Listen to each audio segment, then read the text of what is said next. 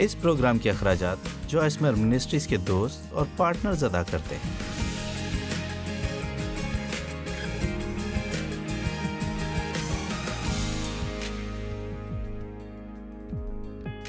مصروف دنیا میں ایک پھلدار زندگی گزارنا، ہم اس ہفتے اس بارے میں سیکھیں گے۔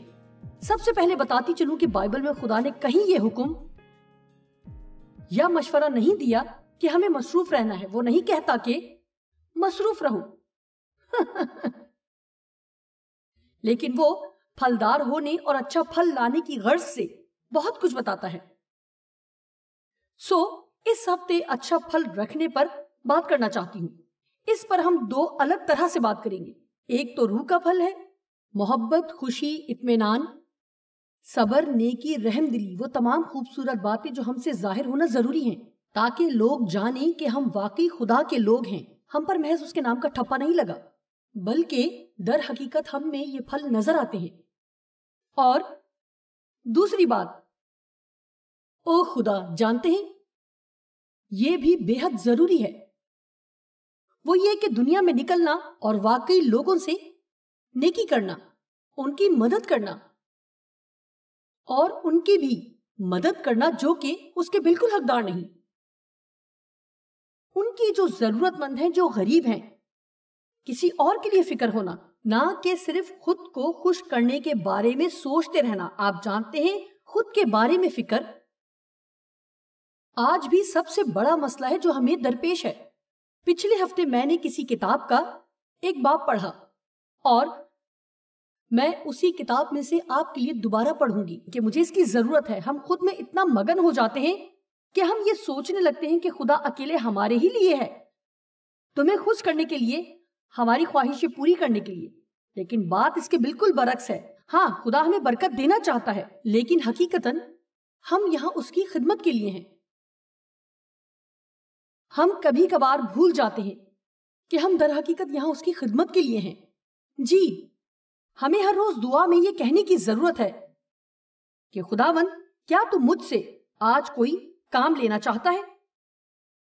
بتا میں کس کی مدد کر سکتی ہوں؟ آج کے دن کے لیے میرا اپنا منصوبہ ہے، لیکن اگر تو مجھ سے کچھ چاہتا ہے تو اے خداوند، میری زندگی میں بس تیری ہی مرضی پوری ہو۔ جی، خدا کبھی کبھار مناسب وقت پر مداخلت کرتا ہے۔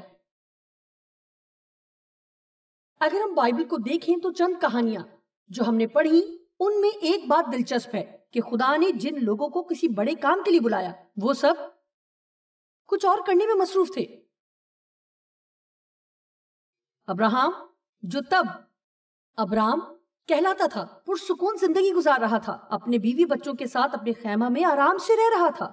جب خدا نے اس سے کہا کہ اپنا سامان باندھ اور جو جگہ میں تجھے دکھاؤں وہاں جا، کیا آپ یہ کرنا پسند کریں گے؟ اپنے گھر بار کو چھوڑ کر، بوریا بستر باندھ کر، خدا کے کہے کے مطابق بس چل دیں۔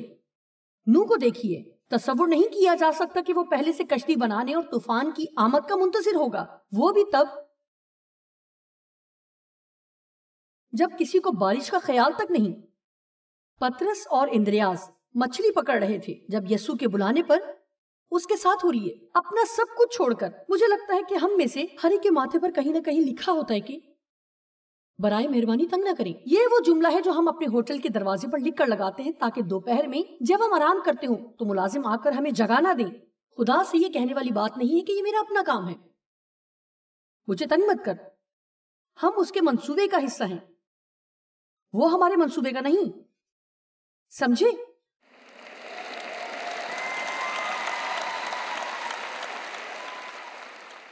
آج جب میں یہاں آنے کے لیے سفر کر رہی تھی، کسی وجہ سے خیال بہت شدت سے میرے ذہن کو چھو رہا تھا کہ ہم کیسے خدا سے ہمیشہ مانگتے ہی رہتے ہیں، خدا میں یہ چاہتی ہوں تو یہ کرے، تو وہ کرے، مجھے یہ دے دے، وہ دے دے، برکت پر برکت دے، پیسہ دے، میری مدد کر، یہ مسئلہ حل کر، وہ مسئلہ حل کر، اور بس ہم کوئی بھی درخواست اس کے سامنے لے جاتے ہیں، وہ ہماری مدد ہر وقت کرتا ہے۔ وہ چاہتا ہے کہ ہم اس سے مانگیں، اس سے مانگنا ہرگز غلط نہیں ہے، لیکن بخدا اگر ہم صرف یہی کرتے ہیں تو پھر ہم اب تک ناسمجھ ہیں۔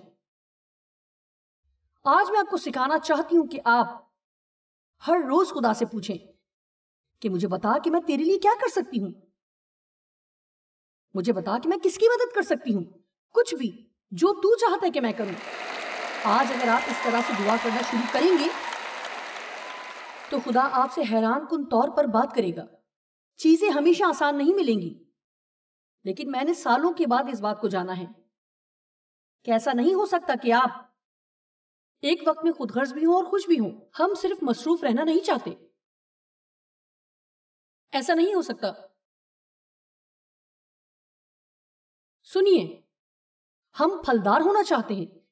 متی 12:33 میں لکھا ہے، کیونکہ درخت پھل ہی سے پہچانا جاتا ہے۔ دنیا کیسے جان سکتی ہے کہ مسیح ہم میں رہتا ہے؟ غور سے سنیے، کیا اس سے کہ ہم اپنی گاڑی پر اس کے نام کا اسٹیکر لگاتے ہیں، یا لوگ ہمیں ہر اتوار کی صبح اپنی گاڑی نکالتے اور گرجا میں جاتے ہوئے دیکھتے ہیں، یا اس بات سے کہ ہم اپنے گلے میں صلیب لٹکا کر گھومتے ہیں، وہ کیسے جان سکتے ہیں؟ تم انہیں ان کے پھلوں سے پہچان لو گے۔ سچ کہوں تو اگر ہم بہتر طور پر چلنے کی کوشش کریں تو ہمیں منادی کرنے کی خاص ضرورت پیش نہ آئے۔ لوگ یسوع کو ہم میں دیکھ پائیں۔ بہت مرتبہ ہم گواہی اور یسوع کے بارے میں بتانے پر بات کرتے ہیں، جو کہ اچھا ہے، لیکن مجھے لگتا ہے بہت بار ہمیں لوگوں کو کچھ دکھانا پڑتا ہے تاکہ جو ہم کہنا چاہتے ہیں وہ اسے سننے کے لیے تیار ہوں۔ اور پھل ہمارے چال چلن، ہماری باتوں اور اوروں کے ساتھ ہمارے برتاؤ سے ظاہر ہوتا ہے۔ جی، اس ہفتے میں آپ سے ایک سوال کرنا چاہتی ہوں اور چاہتی ہوں کہ جواب آپ خود کو دیں۔ آج شام کے بعد اپنے ساتھ کچھ وقت گزاریں، اپنے آپ سے پوچھیں اور پوری ایمانداری سے جواب دیں کہ میں اپنی زندگی میں کس کی مدد کر رہی ہوں؟ کس کی زندگی میں بہتری کا کام کر رہی ہوں؟ اور شاید آپ ہو سکتا ہے اپنے بچوں کی پرورش کر رہے ہوں، تو آپ ان کی مدد کر رہے ہیں، جو کہ بے حد ضروری ہے۔ ہمیں جاننے کی ضرورت ہے کہ ہم لوگوں کی مدد کر رہے ہیں اور کسی کی بہتری کے لیے۔ ہم کیا کرتے ہیں جب کبھی آپ لوگوں کی مدد کرتے ہیں؟ آپ کچھ نہ کچھ ادا کرتے ہیں، اس کی کوئی نہ کوئی قیمت ہوتی ہے۔ آپ کو پیسے ادا کرنے پڑ سکتے ہیں، محنت کرنا پڑ سکتی ہے، آپ کو اپنا وقت نکال کر کسی کو دینا پڑ سکتا ہے۔ ہم لوگوں کے لیے زیادہ کچھ نہیں کر پاتے، اس کی وجہ یہ بھی ہے کہ ہم قیمت ادا نہیں کرنا چاہتے، اور کچھ لوگ اپنے وقت کو اپنے پیسے سے زیادہ اہمیت دیتے ہیں۔ متی 21:18-19، مجھے یہ حوالہ بہت پسند ہے۔ اس سے میں کسی عقیدے کی جنگ نہیں جیتنا چاہتی، لیکن صرف ایک اچھا نظریہ پیش کرنا چاہتی ہوں۔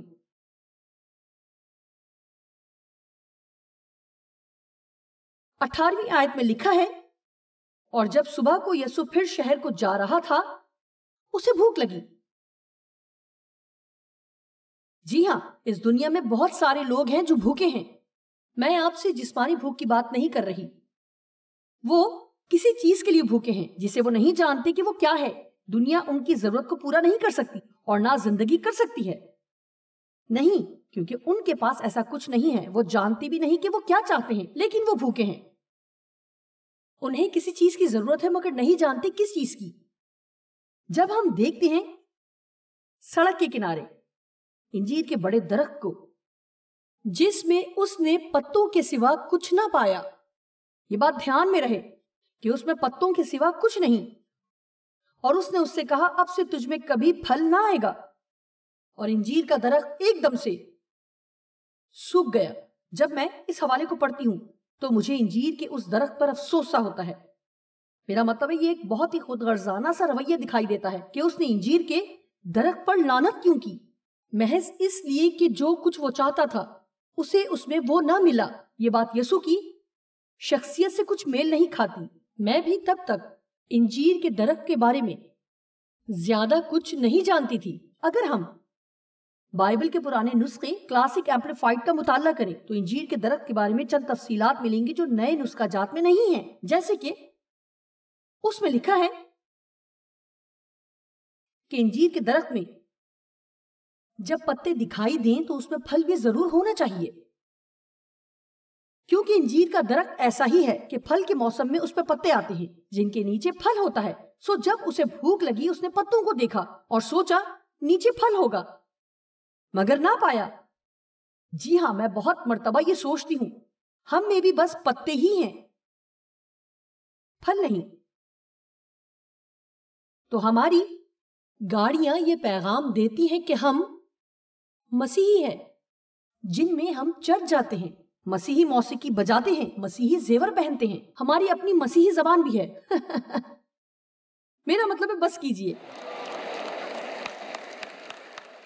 آمین. خدا کی حمد ہو. اور مجھے لگتا ہے کہ یسوع نے انجیر کے درخت پر لعنت کی کیونکہ وہ درخت منافق تھا. وہ درخت شاید ڈھونگ کر رہا تھا کہ اس کے پاس کچھ ہے جو کہ نہیں تھا. مجھے ایسا انجیر کا درخت نہیں بننا جس میں پتوں کے سوا کچھ نہیں. سمجھے؟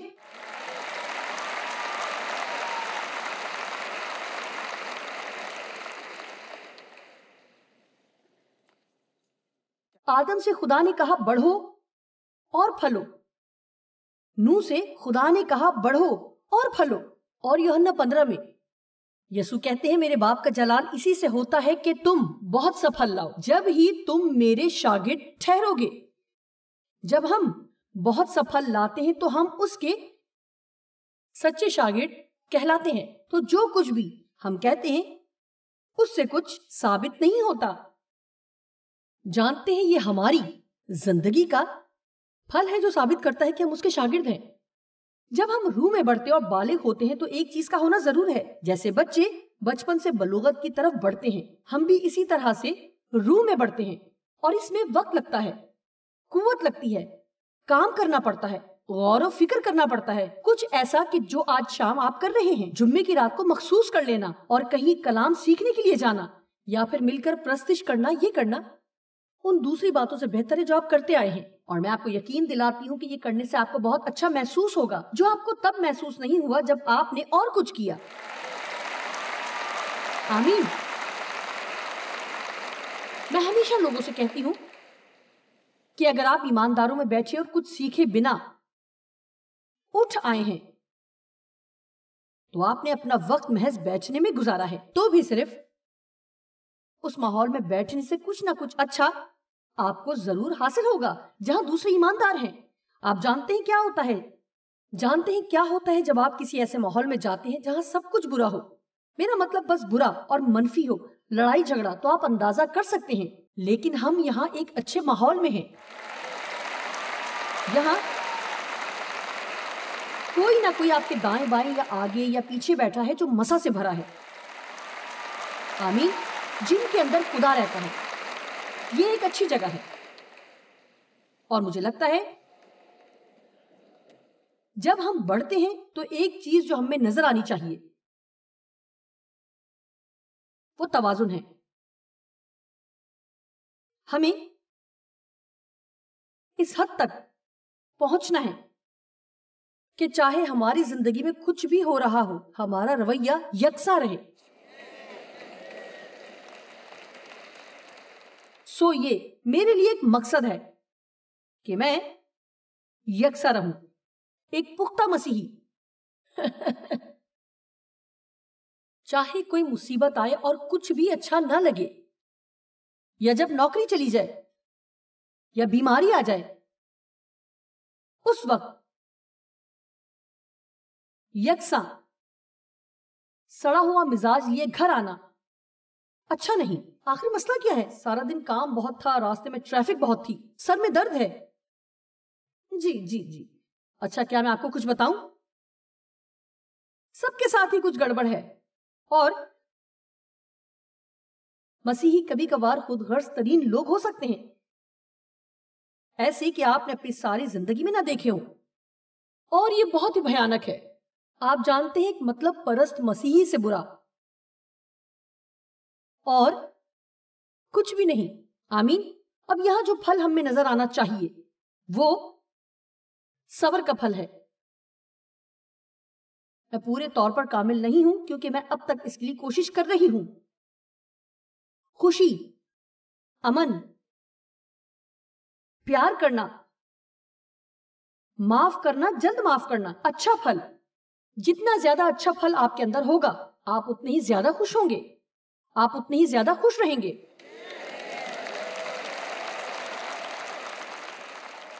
کیونکہ میں آپ کو سچ بتا رہی ہوں کہ جب ہم اپنے جذبات کو خود پر حکومت کرنے دیتے ہیں, ہم برائی کرتے ہیں, ہمارا رویہ غلط ہو جاتا ہے, پھر آپ جتنے بھی دلائل دیں اپنے اندر آپ برا محسوس کرتے ہیں. پھر چاہے کسی کو بھی قصوروار ٹھہرا لیں, اندر سے آپ خود ہی غمگین ہوتے ہیں. میں سچ بتا رہی ہوں, آپ کا یہ رویہ خود اپنے لیے ٹھیک نہیں ہے. اور شاید اس ہفتے میں نے یہ 100 بار کہا ہو تاکہ آپ بھولے مت کہ جس قدر بہتر آپ لوگوں سے برتاؤ کریں گے اس قدر آپ خوش رہیں گے. آمین.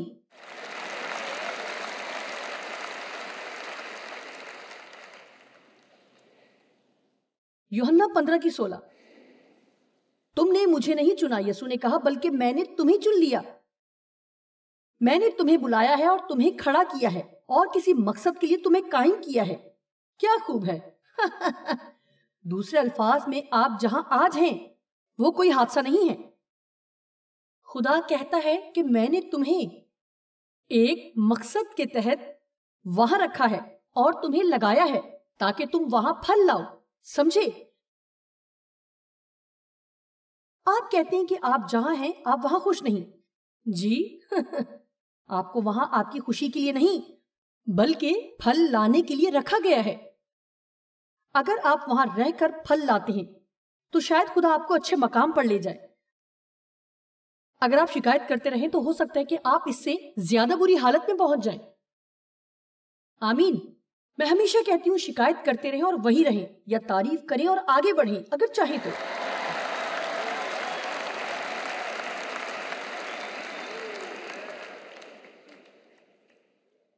میں یہاں کیا کر رہی ہوں؟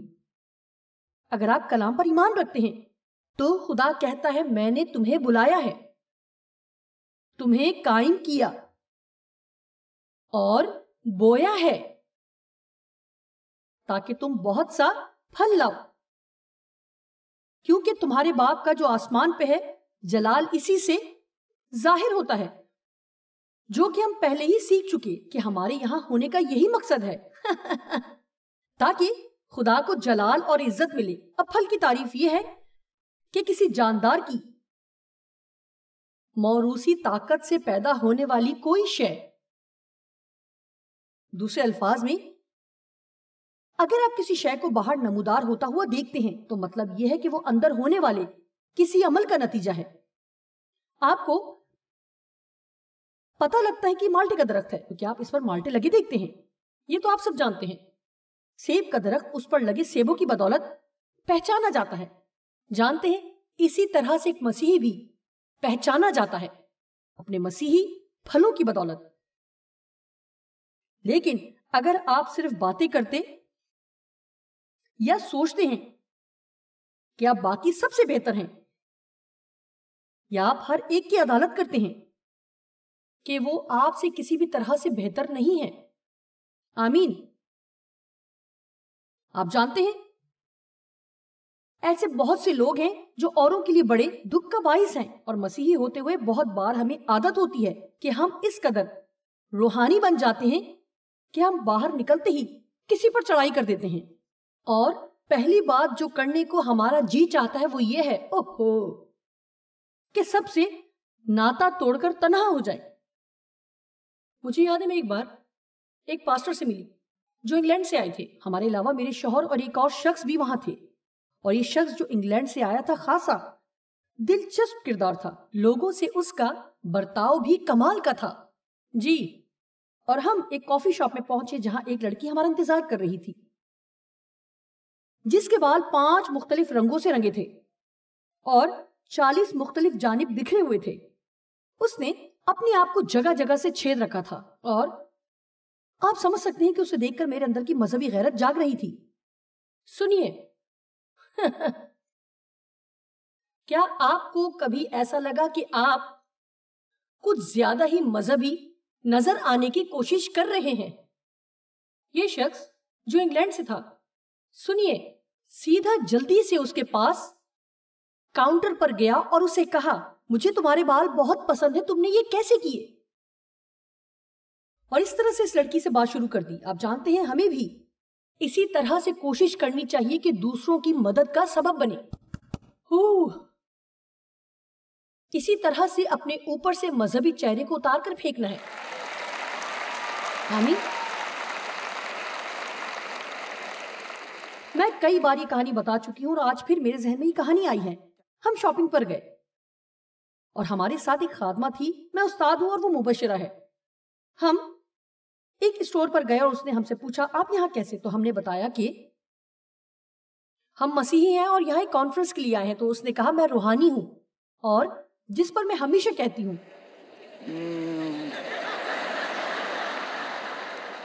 جب ہم کسی کو یہ بتاتے ہیں کہ ہم مسیحی ہیں اور وہ ہمیں کہے کہ وہ روحانی ہیں،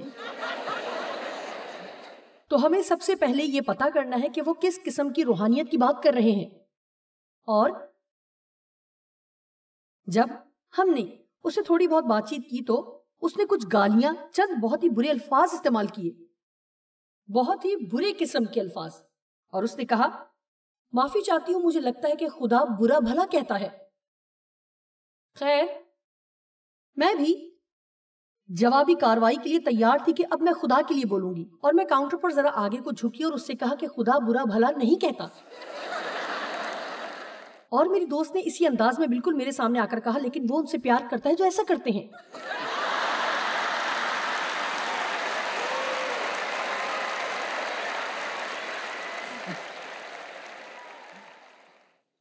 اور دیکھیں، یہ کام ہے جو میں کر رہی تھی، اور بہت سے مذہبی لوگ یہی کرتے ہیں۔ ابھی ہم نے مچھلی پکڑی بھی نہیں اور میں اسے صاف کرنا چاہ رہی ہوں۔ آپ سمجھے؟ جی، سو آپ اپنے ساتھ کام کرنے والے لوگوں کے لیے ایک نظریہ رکھ سکتے ہیں اور ان تمام غلط باتوں کی جو ان میں ہیں عدالت کر سکتے ہیں، لیکن بہت بہتر ہوگا کہ اگر ہم وہ کریں جو یسوع کرتا ہے، کہ وہ لوگوں سے اس طرح ملتا ہے جیسے وہ ہیں، سمجھے؟ اور پیار کے ذریعے وہ لوگوں سے اس طرح ملتا ہے جیسے وہ ہیں، اور پیار کے ذریعے ان کی مدد کرتا ہے تاکہ انہیں وہاں لے کر چلے جہاں انہیں ہونا چاہیے۔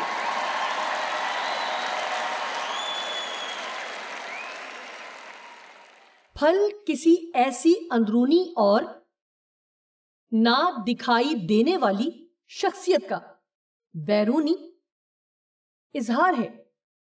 سو جیسے جیسے ہم بدلتے ہیں تو یہی اس بات کی نشانی ہے کہ خدا ہم میں کام کر رہا ہے۔ اس میں وقت لگتا ہے، یہ ایک دم سے نہیں ہو جاتا۔ ہم تب تک سیکھتے رہتے ہیں جب تک جسم رکھتے ہیں، اس لیے ہم کبھی سیکھنا بند نہیں کر سکتے۔ اسی لیے ہمیں اس طرح کی باتوں کو سیکھتے رہنے کی اور دہرانے کی بار بار بار بار بار بار ضرورت ہے۔ خدا کے پاک کلام افسیوں 3:20 میں لکھا ہے، اب جو ایسا قادر ہے کہ اس قدرت کے موافق جو ہم میں تاثیر کرتی ہے ہماری درخواست اور خیال سے بہت زیادہ کام کر سکتا ہے۔ اب ہمیں یسوع مسیح کو اپنی ذات تک محدود نہیں کرنا ہے، کیونکہ وہ ہماری ضرورت کی چیزوں کی الماری نہیں ہے۔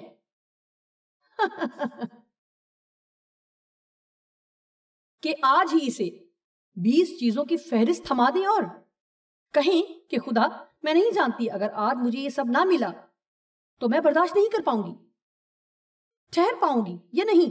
میرا ایئر کنڈیشنر خراب ہو گیا ہے اور کاریگر اگلے 3 دن تک یہاں نہیں آ سکتا۔ خدا، میں پریشان ہوں، لیکن آپ نہیں جانتے کہ وہ کیا کام ہے جو خدا آپ کے ذریعے کرنا چاہتا ہے۔ وہ حیرت انگیز کام۔ میں آپ کو پھر یاد دلانا چاہتی ہوں کہ بائبل نہیں کہتی کہ ہمیں مصروف رہنا ہے، بلکہ کہتی ہے کہ ہمیں پھلدار ہونا ہے۔